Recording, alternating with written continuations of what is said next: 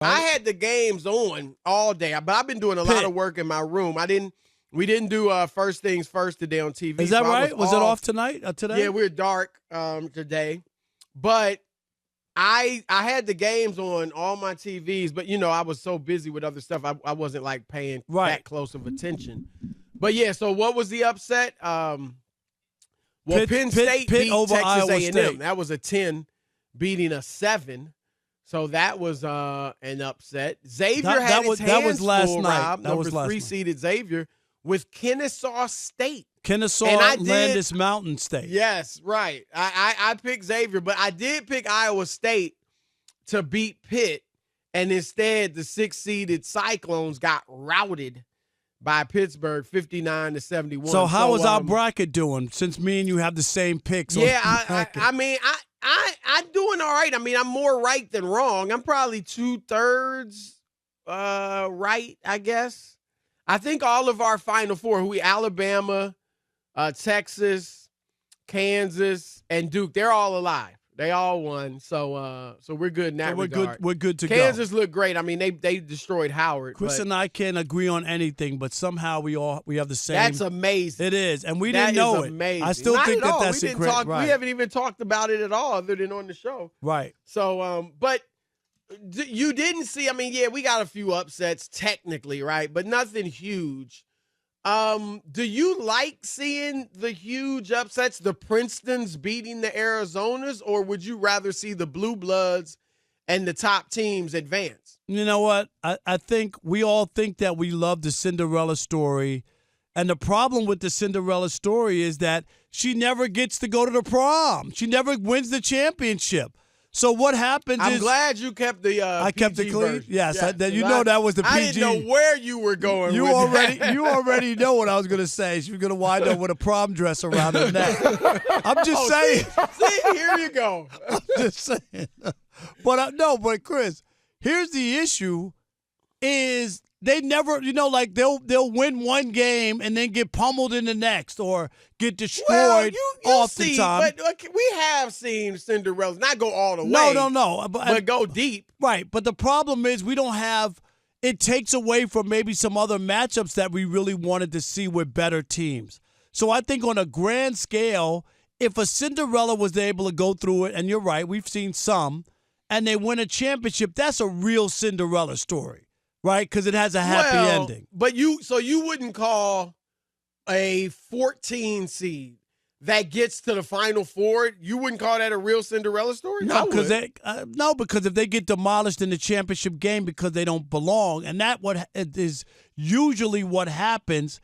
Is it's a bad championship game because they're really not on par with the other team. Not always, Chris. I can't say always. Well, you've seen very few Cinderellas in the actual championship game. Who was what was the school that went? Butler did it twice, didn't they? And they played well, yeah. And here's how I feel about it. I do like the Cinderella stories. I love the upsets, but when you get to the Final Four, historically, I mean, Rob. When you get to the Final Four, you really want to see the top teams, or even the 8, right? Like, if you have a Final Four and there's 3, like, mid-majors, it's just not – I remember when it was George Mason and there was I guess Butler. That might have been the year Butler was in it. And there were – it just – you – at that point, you want to see the top teams. I think Cinderellas are great for the early rounds. But I will say this, Rob, because we know – we talked yesterday about how things are changing because, the best college-age players are in the NBA or some minor league somewhere. I think now, Rob, we've talked about it. We don't even in Kansas, even in Alabama, those are number 1 seeds. Most people don't really know who their top players are. I mean, the names and all but the really diehard, hardcore fans don't even know who the top players are for some of these blue bloods nowadays. Right. Well, that's true too. Right. So that to me now, like back in the day, if you really wanted to see Olajuwon and Ewing meet each other, and one of them got beat early, you'd be upset, right? And you can Grant Hill and Larry Johnson. We can go, back a few years. But that is primo college basketball. Well, the days you're talking about. And Rob, right. and quickly. It's a brief tangent.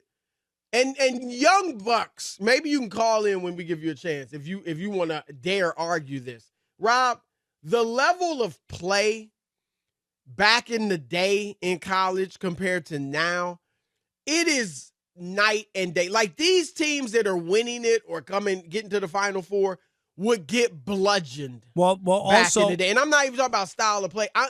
It's just the fact that you had juniors who were great back then. Right. Now the only juniors are like they maybe NBA players, but they don't have the talent to go early. And then the young kids are great talented-wise, freshmen, but they don't really know how to play as well. They don't have the chemistry with their teammates. You know what I mean? So no, definitely. The level of play is just really falling. But here, Rob G has some stats and some numbers that will tell you about the blowouts and stuff and why I think. Right. And Rob, you were just saying that, if you enjoy a Cinderella story, you don't want to see it end where the glass slipper gets shattered. Exactly. Not just that it gets left behind, it just gets destroyed. Well, exactly. Unfortunately, historically, outside of two teams, the biggest Cinderella story teams, according to Athlon Sports, when they play the big dogs to get deeper into the tournament, right, they get beat down. George Mason, 2006, lost by 15 to Florida. Right. Okay. Wichita State, they were a close one. 2013, they lost by 4 to Louisville in the Final Four. That was one of the success stories. Now, that was a good one, yes. Okay, that's a good championship and game. And then Steph Curry's Davidson team was a close game, right? When they went to the Final 8, right? They went to the Elite 8. Right. But then last season, St. Peter's, everybody loved them, got lost by 20 to North Carolina, okay? Right. Steph Curry, again, lost by 2 to Kansas in the Elite 8. Gonzaga only lost by 5 in 1999 against number 1 seed Connecticut. They were a Cinderella. But then you go back to 1990. Loyola Marymount loses by 30 to UNLV. Right. They're not going to be able to run with them. So was Hank Gathers? Yes. What was they were playing was that for who the year he had died a year before. A year before. Right. Okay. Dayton Flyers lose by 10 to Florida in 2014. Kent State. I remember, 2014. Kent State, 2002, lose by 12 to Indiana. So it's like, it's nice that you see them making a little bit noise, but when they get to the Elite 8 and on against the really good teams, it's harder for them. Only 2 of them have actually been competitive. A lot of them beat the really good teams to get that far, though. But right? A lot of them beat good teams to get that far. If you want to say that, I understand. Yeah, but we're saying as we go forward, as you go deeper into the Elite 8, Final Four, where these are really elite teams, only twice has the Cinderella actually been competitive. And one of them had Steph Curry. Those didn't sound like 12 points doesn't necessarily mean it's a blowout. Double it could digits? Be close. It could be close and in the last 2 minutes. But it also could be the other way, Chris, where they're up by 20 and they take their foot off the gas because they know the game's over, right? And they start putting up threes or whatever it is. Right. And before you know it, you go, oh, they only lost by 10, but they were really down by 18 or 20 all game. Right. So yeah, I mean, I will admit that I can remember several Cinderella stories where it did end bad. Like, you know what I mean? They did get blown out. There's no doubt about that. But I just think that can also be the nature of college basketball. Because, Rob, we have to admit that a lot of times you've been looking forward to a big matchup, and it's not that great. Whether it's that happens trouble, too. Right. I mean, we remember Duke. Now, granted, we expected Duke to get blasted by UNLV the first time, and they did, right? And then and then they came back and upset them. But yeah, I mean, I do like a Cinderella story. And Rob, I think nowadays it would be more exciting than ever because you don't generally have those superstars that everybody knows about, that everybody's looking to see like you used to, just because of the way the game's changed and the better players are already in the NBA. So we'll see, but we'll throw it out to the listeners.